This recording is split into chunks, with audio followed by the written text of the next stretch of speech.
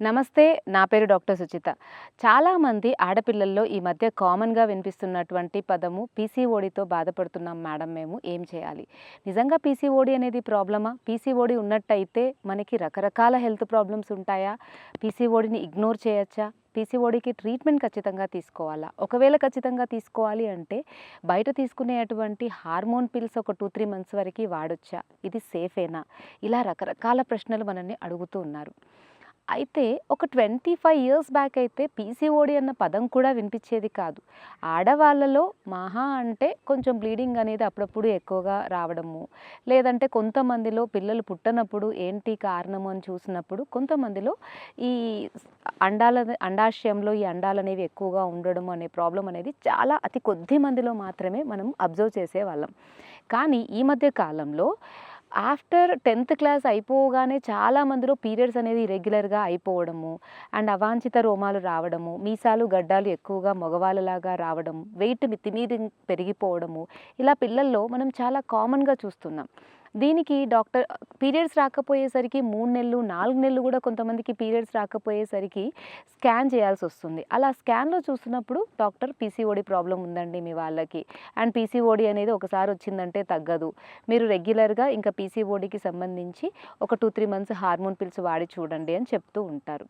నిజంగా ఒకసారి పీసీఓడీ వచ్చిందంటే తగ్గదా? పీసీఓడీకి అసలు ఆయుర్వేదంలో చికిత్స ఉందా? లేదంటే ఊరికేనే చెప్తున్నారా? ఆయుర్వేదంలో చాలా యూట్యూబ్ ఓపెన్ చేస్తే మీరు పీసీఓడీకి ఈ కషాయం వాడండి, పీసీఓడీకి ఆ కషాయం వాడండి అని చెప్తూ ఉంటారు. కానీ ఎంతమందికి పీసీఓడీ తగ్గింది? ఇలా రకరకాల సమస్యలు మన మైండ్‌లోకి వస్తూ ఉంటాయి. ఒకసారి మన పిల్లలకి పీసీఓడీ ఉంది అని తెలియగానే మనకి ఎప్పుడూ లేని సమస్య పిల్లలకెందుకు కొత్తగా వచ్చింది? మనం మంచిగానే ఆహారం ఇస్తున్నాం కదా! పిల్లలు కూడా రెగ్యులర్‌గా మంచి ఫుడ్డే తింటున్నారు కదా! ఎందుకు ఈ అమ్మాయికి పీసీఓడీ ప్రాబ్లమ్ వచ్చింది అని ఆ తల్లి ఖచ్చితంగా ఆలోచిస్తది. అయితే మనం చిన్నగా ఉన్నప్పుడు తీసుకున్నటువంటి ఆహారము, ఇప్పటి జనరేషన్‌లో ఉన్నటువంటి ఆడపిల్లలు తీసుకున్నటువంటి ఆహారంలో చాలా వ్యత్యాసం ఉంది. బయట తినేటువంటి చికెన్ కావచ్చు, ఎగ్ కావచ్చు, బయట తీసుకునే జంక్ ఫుడ్ కావచ్చు, రకరకాల ప్యాక్డ్ ఫుడ్, రకరకాల చిప్స్, వీటన్నిటిల్లో కూడా మనకి హార్మోన్స్‌ని డిస్టర్బ్ చేసే అటువంటి చాలా రకాల పదార్థాలనేవి వాటిలో కలుపుతూ ఉంటారు. అందుకనే ఇప్పటి పిల్లలకి ఈ హార్మోన్స్ అనేవి చాలా డిస్టర్బ్ అవ్వడం వల్ల మనం ఈ పీసీఓడీ లాంటి ప్రాబ్లమ్స్‌ని చాలా ఎక్కువగా చూస్తూ ఉన్నాం. అయితే దీనికి ఏం చేయాలి? మళ్ళీ బ్యాక్ టు నార్మల్. అంటే మనం ఇంతకుముందు తిన్నట్టుగా ఇంట్లో చేసే ఫుడ్ ఎక్కువగా తీసుకోవడము, ఎక్కువగా వెన్న, నెయ్యి లాంటి పౌష్టిక ఆహారాన్ని తీసుకోవడము, బయట ఫుడ్స్‌ని మొత్తానికే మానేయడం. చాలామంది పిల్లలు అడుగుతుంటారు, వారానికి ఒక్కసారన్నా మేము బయటివి తింటాం మేడం. అంటే చైనీస్‌వి నూడిల్స్ కావచ్చు, లేకపోతే బర్గర్ కావచ్చు, పిజ్జా కావచ్చు, మాకు చాలా ఇష్టం మేడం. మొత్తం మానేయమంటే ఎలా అని అడుగుతారు.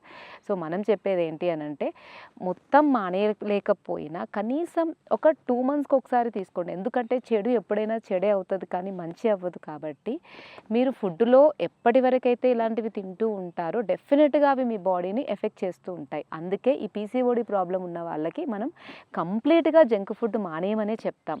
జంక్ ఫుడ్ కంప్లీట్‌గా మానేయడము, బయట దొరికే అటువంటి chips, packed food, not only chips, ఏవైనా కూడా ప్యాక్డ్ ఫుడ్ అన్నీ కూడా మనకి ఈ హార్మోన్స్ అంతా కూడా డిస్టర్బ్ చేస్తూ ఉంటాయి. కాబట్టి ప్యాక్డ్ ఫుడ్‌ని కూడా కంప్లీట్‌గా మానేయడము చాలా మంచిది.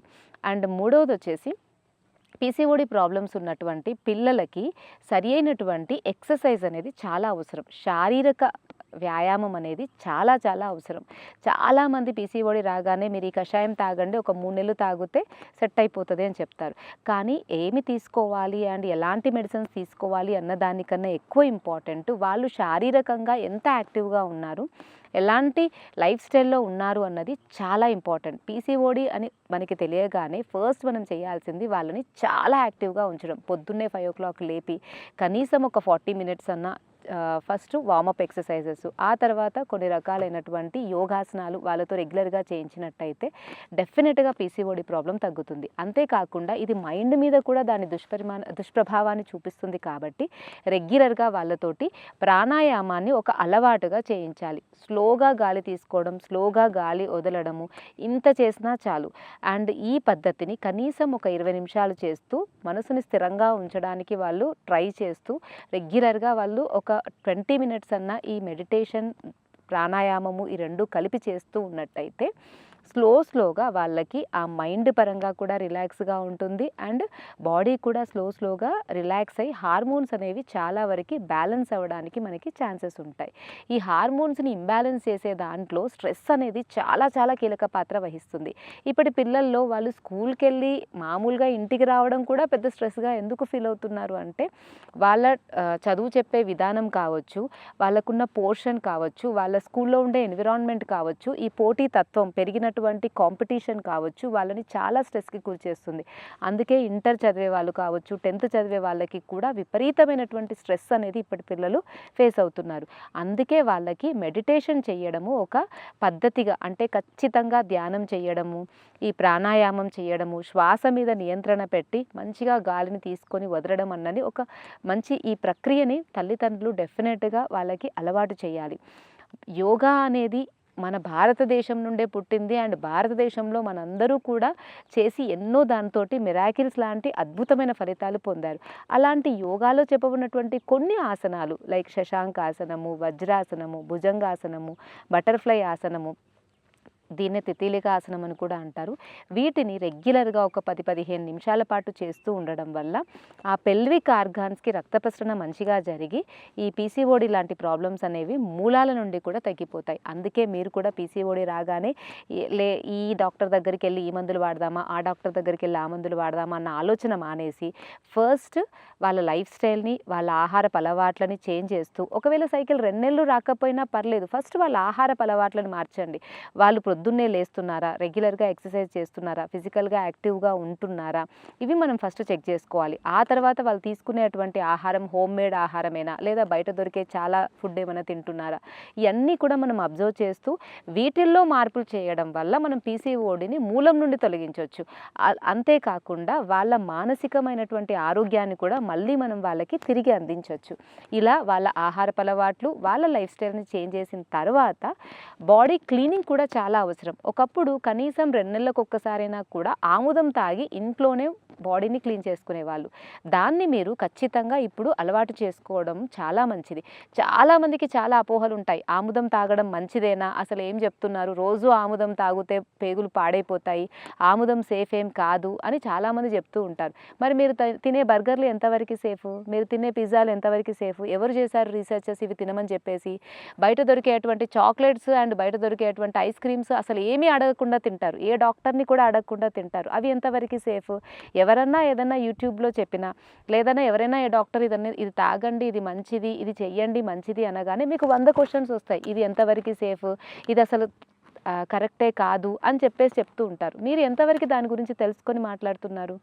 మీరు ఫస్ట్ మీరు రెగ్యులర్గా తీసుకునే ఫుడ్లో మీకు తెలిసింది ఎంత, ఇవన్నీ మీరు ఒకసారి చూసుకొని ఒక డాక్టర్ చెప్పినప్పుడు మేము ఇప్పుడు ఆముదం తీసుకోండి, మీరు రెగ్యులర్గా కనీసం వారంలో ఒకసారన్నా ఆముదం తీసుకోండి, 2 నెలలకు ఒకసారన్నా ఆముదం ఒక 10 ml తీసుకోండి అని చెప్పేది ఎంతో రీసెర్చ్ జరిగిన తర్వాత మన హాస్పిటల్స్లో ఎంతోమందికి బెనిఫిట్ అయిన తర్వాతే మనం కెమెరా ముందు వచ్చి చెప్తాం.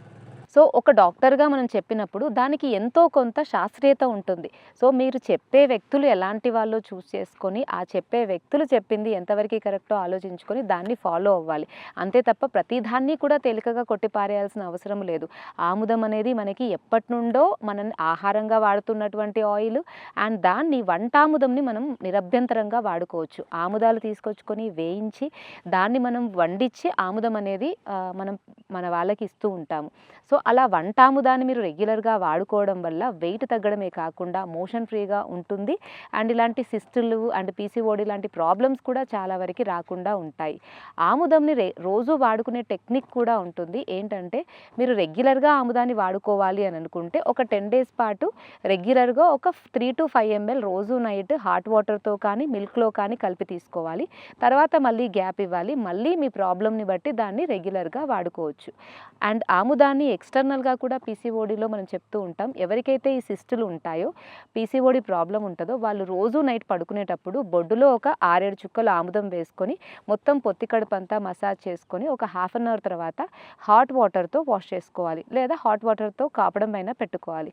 ఇలా రెగ్యులర్గా మీరు చేసుకున్నట్టయితే ఆ పీసీఓడి ప్రాబ్లం అనేది చాలా వరకు తగ్గుతుంది. సో ఫుడ్లో మీరు చేంజెస్ చేసుకొని రెగ్యులర్గా యోగా మెడిటేషన్ చేస్తూ రెగ్యులర్గా ఆముదాన్ని కూడా ఒక నెలలో 10 రోజులు మీ డేట్ వచ్చే 10 రోజుల ముందు నుండి ఆముదాన్ని తాగినట్టయితే ప్రతి నెల మీకు రెగ్యులర్గా డేట్ వస్తుంది. ఇలా మీరు ఒక 3 సైకిల్స్ చేసినట్టయితే డెఫినెట్గా పీసీఓడి ప్రాబ్లమ్ని కంప్లీట్గా తగ్గించుకోవచ్చు. ఎలాంటి మెడికేషన్ లేకుండా ఇంట్లోనే మీరు ఇలా చేసేటువంటి ఈ చిన్న చిన్న మార్పుల వల్ల. సో డెఫినెట్గా దీన్ని ఫాలో అవ్వండి. ఇంకే డౌట్స్ ఉన్నా కూడా మమ్మల్ని డెఫినెట్గా కన్సల్ట్ చేయండి. Thank you.